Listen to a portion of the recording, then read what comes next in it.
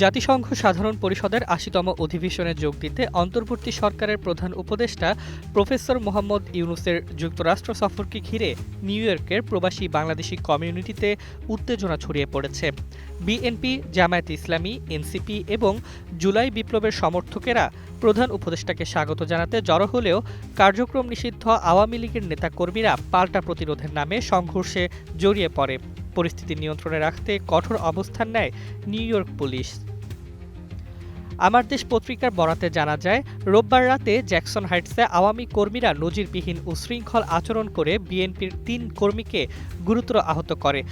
হামলাকারীরা একটি দোকান ভাঙচুর করলে আতঙ্কিত স্থানীয়রা আশেপাশের দোকানপাট ও বাসাবাড়ির বৈদ্যুতিক বাতি নিভিয়ে দেন। পুলিশ ঘটনাস্থলে পৌঁছালে আওয়ামী কর্মীরা দ্রুত সটকে পড়ে। প্রত্যক্ষদর্শীরা জানান, প্রধান উপদেষ্টা ও বিএনপি মহাসচিব মির্জা ফখরুল ইসলাম আলমগীরের সফরের খবর ছড়িয়ে পড়লে বিপুল সংখ্যক বিএনপি কর্মী জ্যাকসন হাইটসে সমবেত হন। তারা খালেদা জিয়ার নামে স্লোগান দিতে থাকলে রাত 8:30টার দিকে আওয়ামী কর্মীরা পাল্টা স্লোগান দিয়ে মিছিল নিয়ে বিএনপির সমাবেশ ভেদ করার চেষ্টা করে। এতে ধাওয়া পাল্টা ধাওয়া শুরু হয়।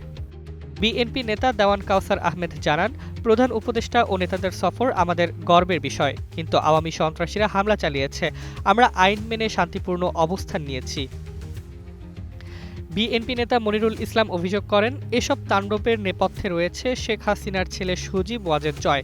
তার ইন্ধন ও অর্থায়নেই যুক্তরাষ্ট্রে আওয়ামী লীগের সন্ত্রাসী কর্মকাণ্ড সংঘটিত হচ্ছে। জয় নাকি গোপন বৈঠকে ডক্টর ইউনূসকে প্রতিরোধের নীল নকশা প্রণয়ন করেছেন।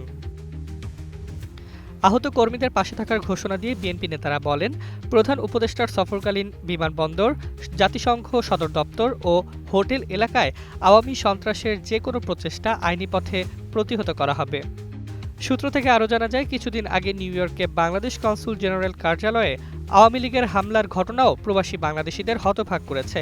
তারা অতিথিদের উদ্দেশ্যে ডিম ছুঁড়ে অশ্লীল স্লোগান দেয় এবং ভবনে ভাঙচুর চালায়। পুলিশ কয়েকজনকে আটক করে। স্থানীয় চিকিৎসক ডাক্তার আবুল হাশেম বলেন, আমরা শুধু সংবাদে আওয়ামী লীগের সন্ত্রাস শুনতাম, এবার চোখে দেখলাম।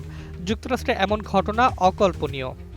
প্রবাসীরা বলছেন, আওয়ামী লীগের এই উচ্ছৃঙ্খলা দেশের ভাবমূর্তি কলঙ্কিত করছে।